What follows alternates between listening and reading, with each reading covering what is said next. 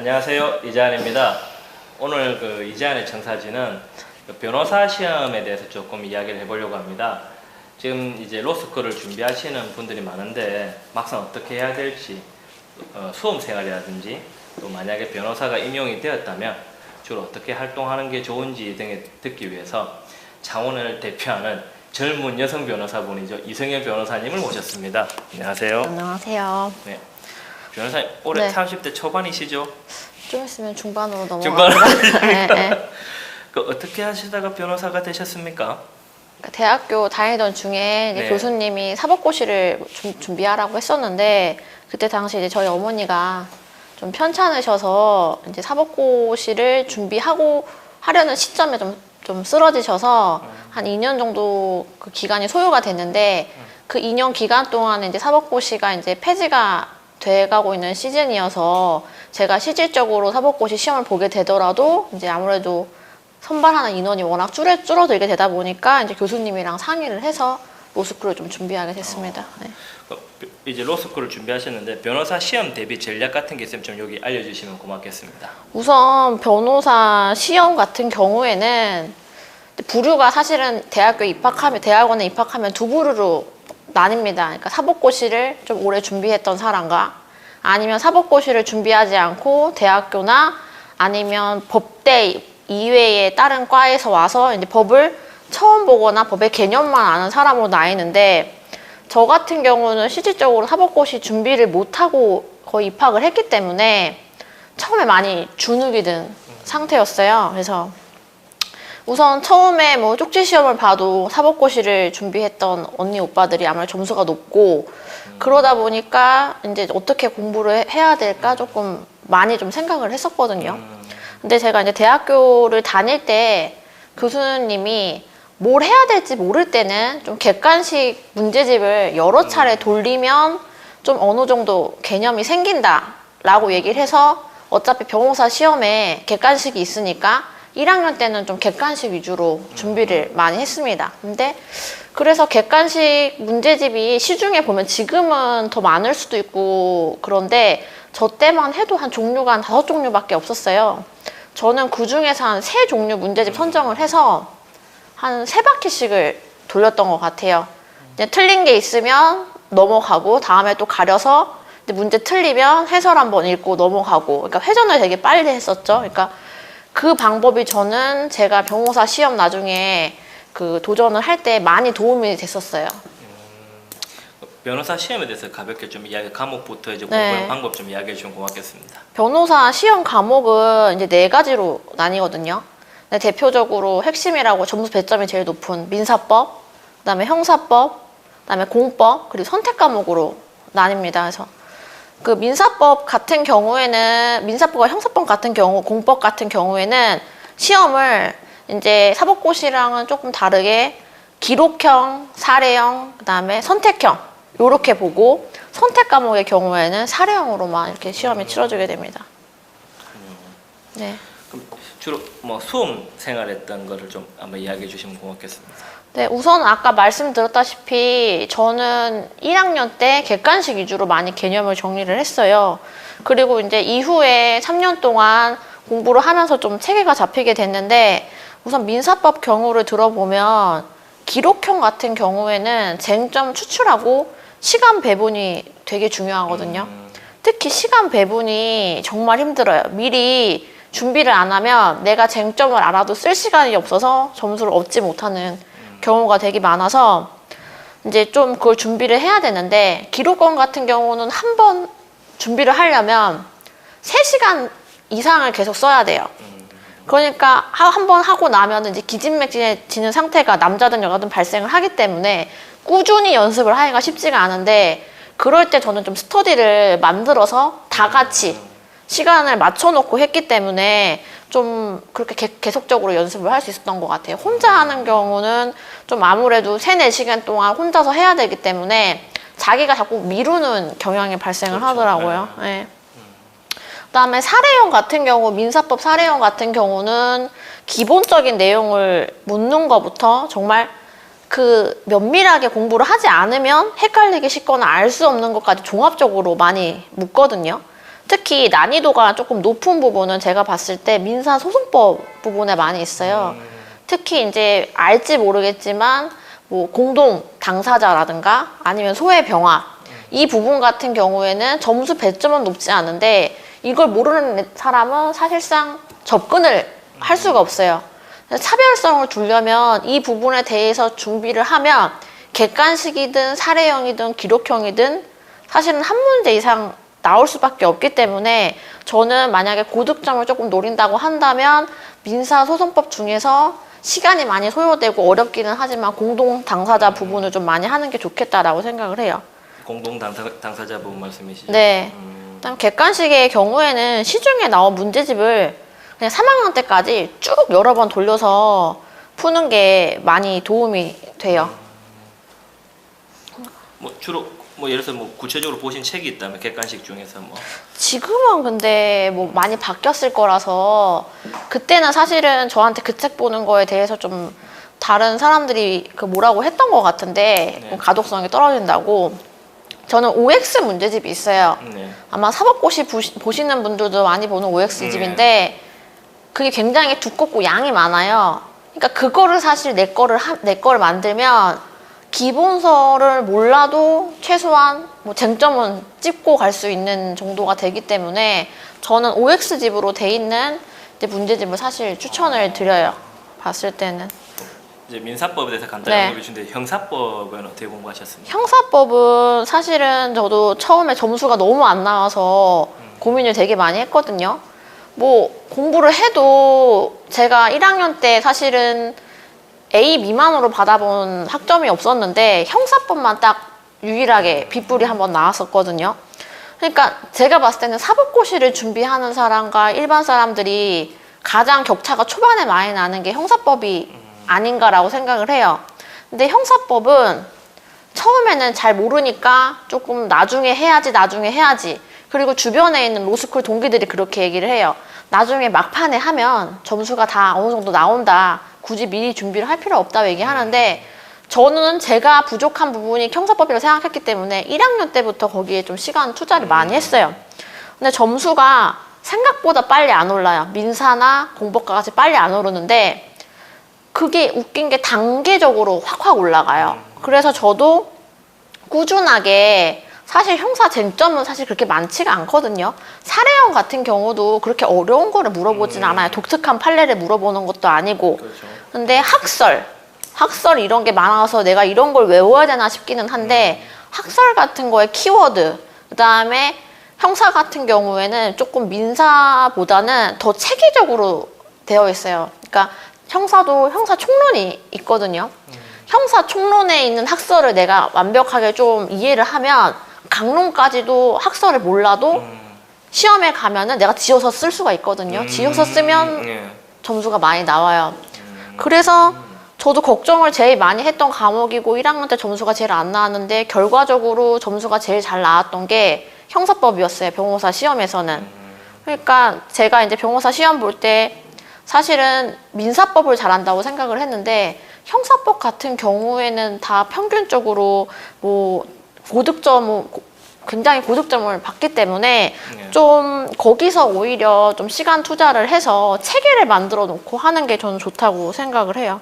그다음에 기록형 같은 경우는 아까 민사소송법에서 고득점을 하려면 공동 당사자나 이제 소외 병합 부분을 집중을 해야 되면 기록형은 가장 기본적인 건데 공범 간의 증거 능력을 판단하는 조문이 형사소송법에 있어요. 근데 그거를 정말 기계적으로 적용을 할 수 있게끔 암기랑 적용을 할 수 있으면 시간을 진짜 많이 아낄 수가 있어요. 그래서 그거에 대해서 조금 미리 기록형 같은 경우에는 연습을 많이 하면 나중에 실제 시험을 가서 모르는 부분이 나오거나 사례형에서 추출할 게 많을 때 시간을 많이 벌 수가 있어요. 그렇군요. 네. 뭐죠? 그러니까 형사 네. 민사법이고 형사법 이제 공법은 좀 어떻게 공부하셨습니까? 공법은 사실은 제가 점수가 제일 잘 안 나온 과목이라서 제가 말할 사실 주제가 되지는 않는데 쟁점이 사실은 많지는 않아요. 공법, 헌법이라고 해봤자 뭐 기본권의 뭐 개념, 뭐 보호 영역, 그 다음에 왜 보호해야 됐는지 이게 다 사실은 뭐 한정이 되어 있기 때문에 그리고 개념 자체는 어렵지 않고 행정법도 쟁점이 이제 들어가 보면은 굉장히 한정돼 있어요. 그래서 어려운 부분은 많지 않은데 기본적으로 글을 잘 쓰는 사람, 그다음에 이제 좀 서술이나 좀 수식을 잘하는 사람들이 점수가 굉장히 잘 나와요. 그래서 하다못해 저보다 분명히 헌법이나 행정법에 대해서 개념이 좀 부족한 친구도 실제 시험에 가서는 걔가 저보다 점수가 높은 경우가 많기 때문에 그거는 사실 본인이 1, 2학년 때 성적이 거의 끝날 때까지 저는 간다라고 봐요. 근데 어차피 공법은 자기가 서술 능력이 뛰어나면 장점이 될 수 있지만 그게 좀 안 된다고 하더라도 아까 말씀드렸던 개념 이런 거 다 추출을 하면 합격을 하는 데는 전혀 지장이 없는 점수는 나오기 때문에 그렇게 사실은 걱정을 하실 필요는 없을 것 같아요. 다만 이제 기록형 같은 경우는 민사하고 형사 같은 경우에는 좀 익숙해지거든요. 많이 접해보다 보니까. 근데 공법 기록형 같은 경우에는 뭐 헌법소원 청구서라든가 그다음에 뭐 위원 제청 뭐 신청서 이런 거는 제가 로스쿨 들어가기 전까지는 한 번도 보지도 못했던 부분이라서 그 양식이랑 형식적인 부분에 대한 점수들이 각 배점이 있어요. 그거를 틀리는 사람이 굉장히 많거든요. 그것만 좀 정확히 암기를 해도 기본적으로 점수를 좀 가지고 갈 수 있어요. 그럼 이제 대표적인 법을 이야기했고 선택 과목이 들어가지 않습니까? 변호사님은 선택 과목에서 좀 의견을 좀 들려주시고 또 어떤 선택 과목을 했는지 좀 알려주시죠. 저는 우선 노동법을 선택을 했는데요. 그냥 단순히 얘기하면 지도 교수님이 노동법 교수님이었어요. 그래서 그냥 지도 교수님이 노동법이니까 노동법을 한번 해볼까 해서 선택 과목을 했는데 당시 분위기는 노동법은 사법고시를 준비했던 사람들이 주로 했기 때문에 하면 안 된다라는 분위기가 있었거든요. 근데 제가 보기에는 그런 건 없는 것 같아요. 어차피 사법고시를 준비했던 사람들도 실질적으로 선택 과목에 집중하는 시간이 그렇게 많지 않아요. 큰 격차가 나질 않거든요. 그래서 제가 봤을 때는 사시생들이 많이 보는 과목이라고 꺼리지 말고 그냥 본인이 관심 있거나 자신이 있는 과목을 선택을 하면 되는데 만약 그런 게 없으면 각 학교마다 밀고 있는 선택 과목이 있어요. 뭐 노동법이 될 수도 있고 환경법이 될 수도 있고 국제거래법이 될 수도 있고 여러 가지가 있는데 각 학교에서 미는 선택 과목을 하면 좋은 점은 다수의 학생들이 듣기 때문에 거기에 집중해서 강의도 많이 열고 또 특강도 개설을 많이 해줘요.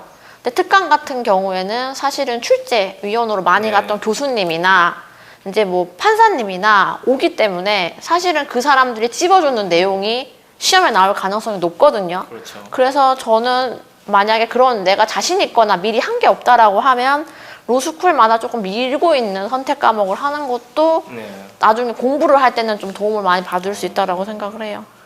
그래도 이제 시험을 합격하셨잖아요. 네. 근데 제가 알기로는 좀 상당히 고득점으로 합격하신 걸로 알고 있습니다만. 저 때는 사실은 고득점이었는데 뭐 요번에도 변호사 시험 합격률이 높게 나와서 지금도 사실 고득점인지는 저는 잘 모르겠거든요.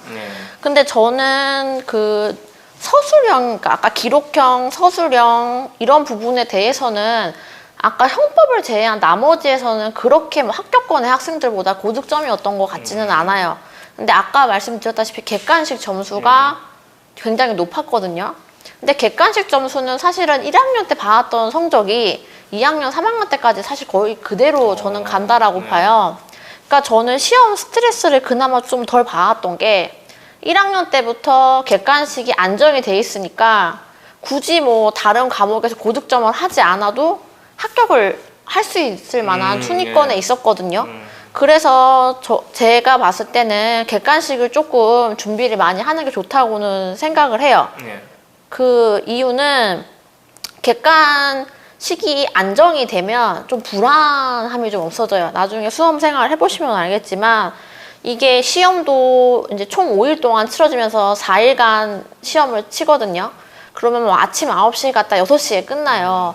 정신적으로 되게 많이 힘들어요. 모의고사를 봐도 그렇고 학교 생활도 그렇고 스트레스가 많은데 내가 좀 독보적으로 확 높은 점수가 있으면 다른 데서 점수를 까먹어도 거기서 회복을 할 수 있으니까 좀 마음이 안정이 되고 무리를 하지 않게 되고 그러니까 좀 페이스 조절을 좀 할 수가 있어요. 그래서 저는 사실은 1학년 때 제일 공부를 열심히 했고 2학년 때는 좀 덜 했고 그리고 3학년 때는 진짜로 컨디션 조절 위주로 했거든요.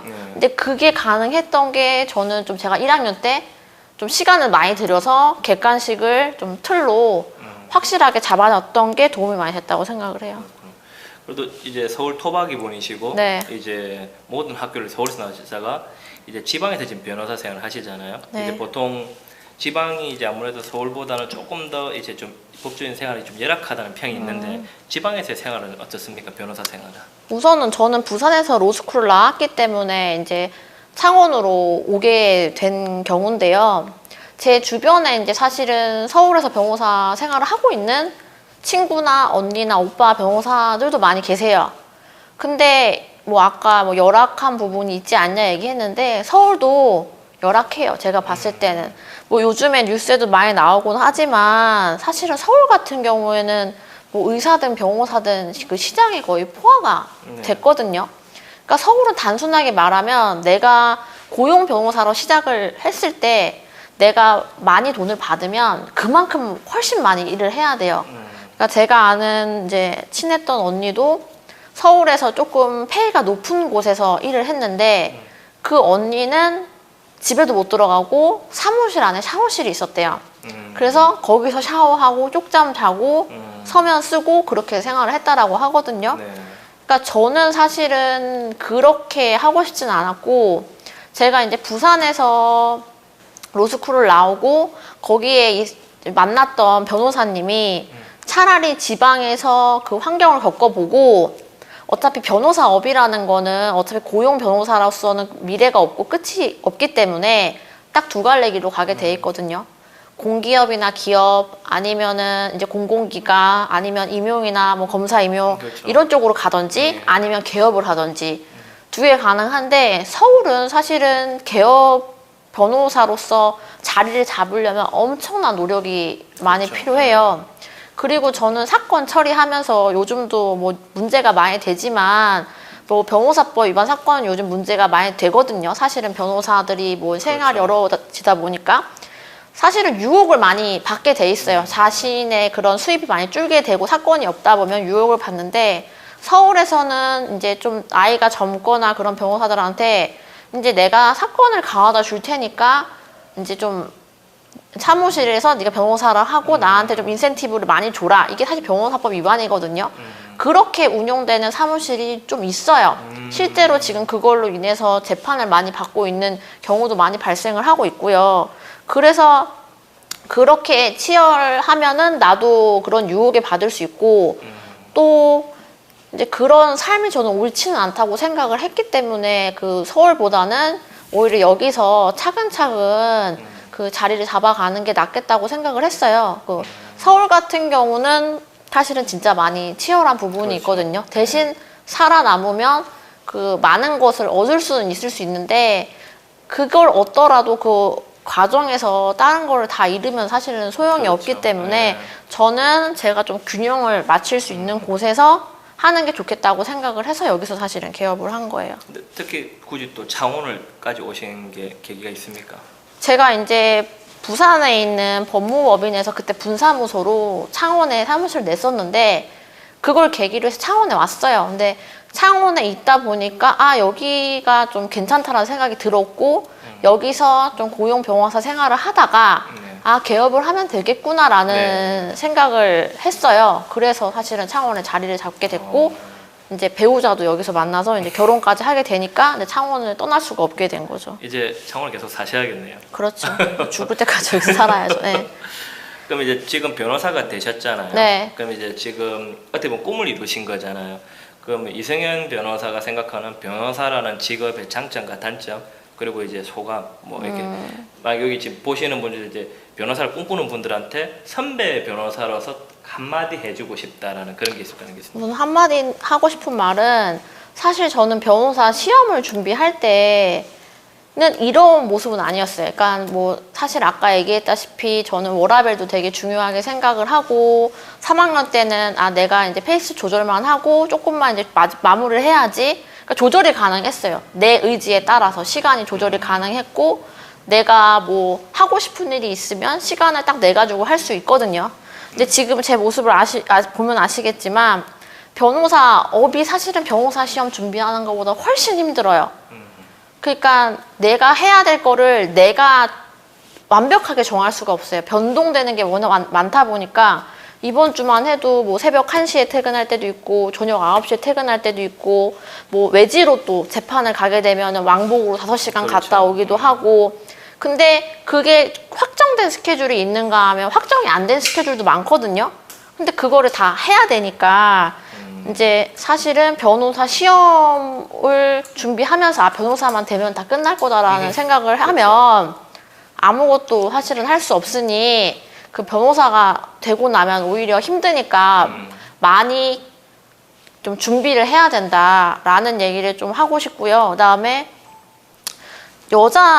제가 이제 여대를 나왔거든요. 여자 변호사가 사실은 변호사 하는 게 쉽지는 않아요. 아무래도 우리 사회는 남성 그렇죠. 조금 나이 드신 분들은 남성 위주로 생각을 하고 여자 변호사라고 하면 조금 무시하려고 하거나 조금 낮게 보려는 경향이 있거든요.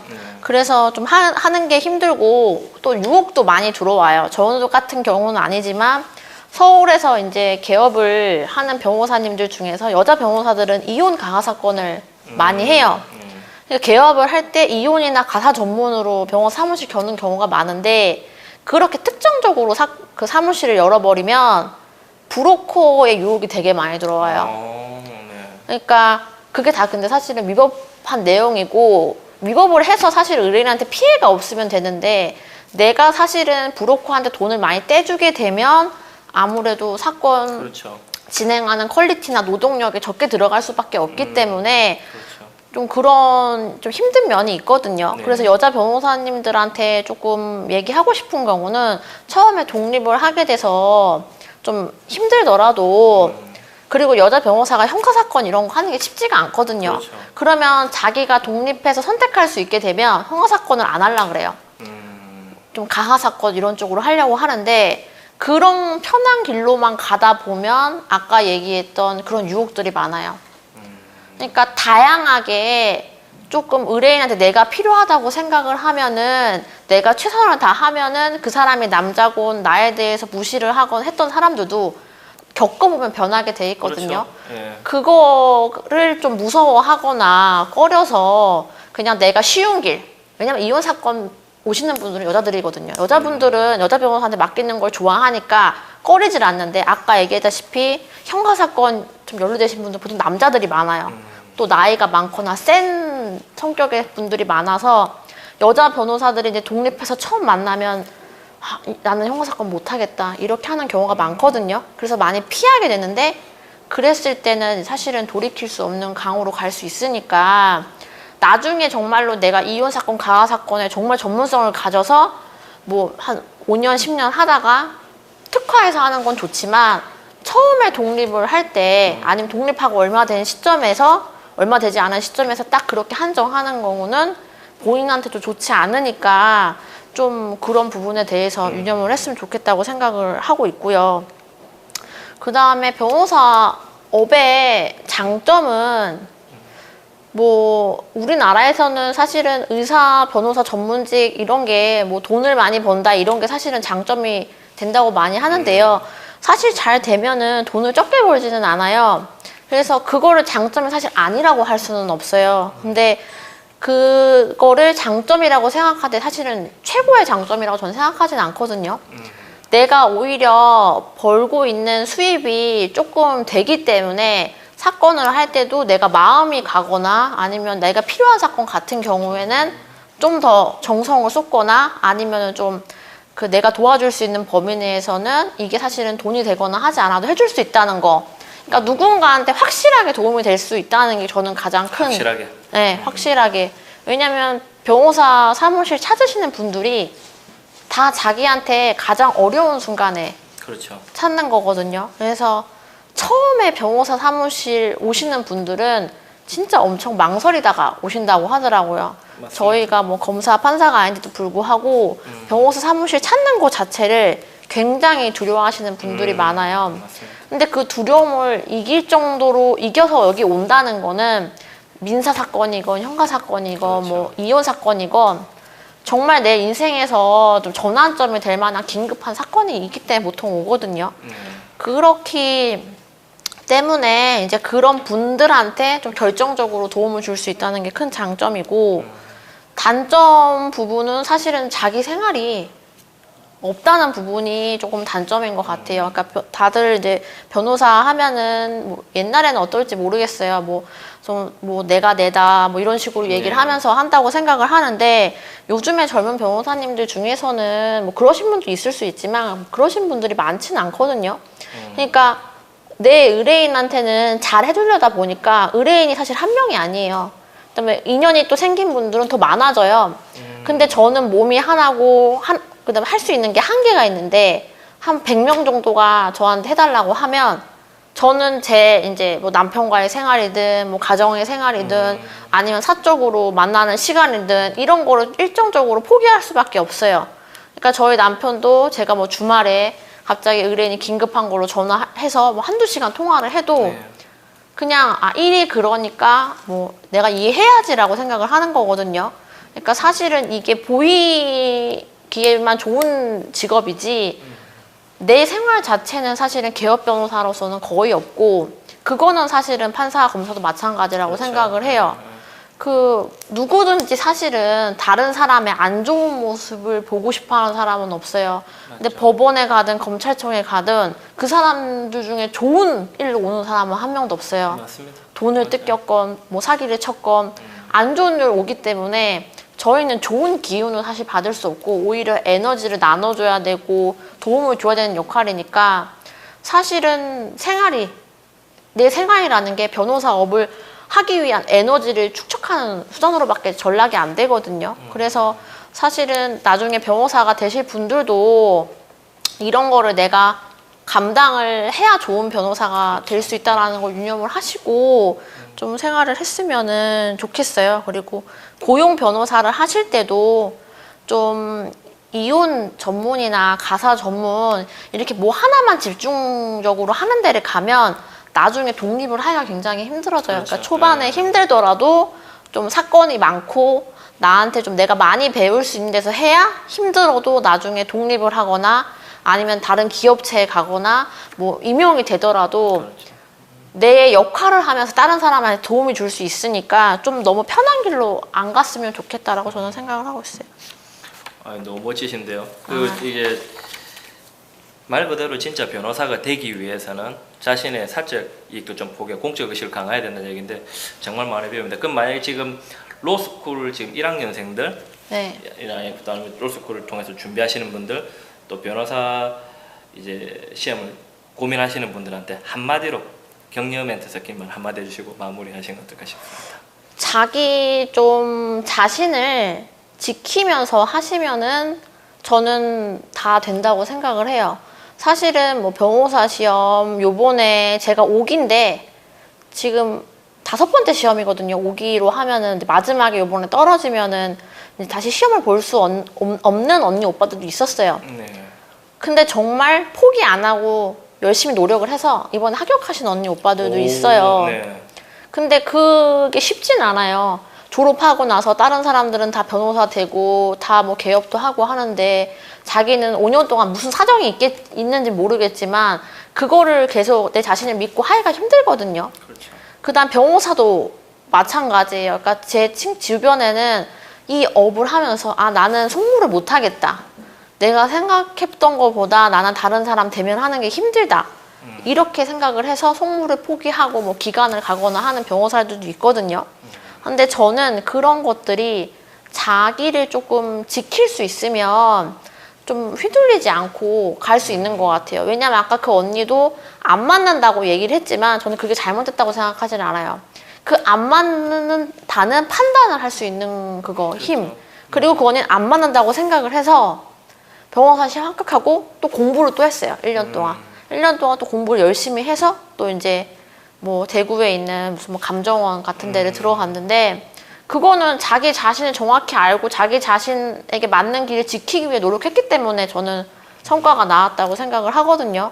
그러니까 변호사 시험을 준비하는 분이건 변호사가 돼서 이제 개업을 준비하는 네. 분이건 좀 자기한테 맞는 길이 뭔지 자기를 지키는 길이 뭔지 좀 정확히 판단을 하시고 가면 나중에 힘은 들더라도 후회는 하지 않을 것 같다라는 생각을 해요. 네. 제일 정확하신 말씀이네요. 보면 막연하게 생각하는 것도 많고 또 예를 들어서 뭐 이런 자리를 만들었을 때 후배들한테 좋은 이야기, 보람된 이야기만 들려주면 약간 이러면 이상에 취하다 보는데 아까 되게 현실적으로 잘 이야기해서 너무 감사하고요. 오늘 이승현 변호사님 말씀을 통해서 이제 변호사 시험을 준비하신 분들에게 좀 많은 도움이 되었으면 바랍니다. 그리고 앞으로도 좀 주변에 최근에 뭐 들어보니까 어려운 형사 사건 부분에서 독보적인 두각을 내신다고 들었는데 이웃을 위해서도 앞으로도 많이 좀 부탁드리겠습니다. 네. 예, 잘 부탁드립니다. 네. 감사합니다.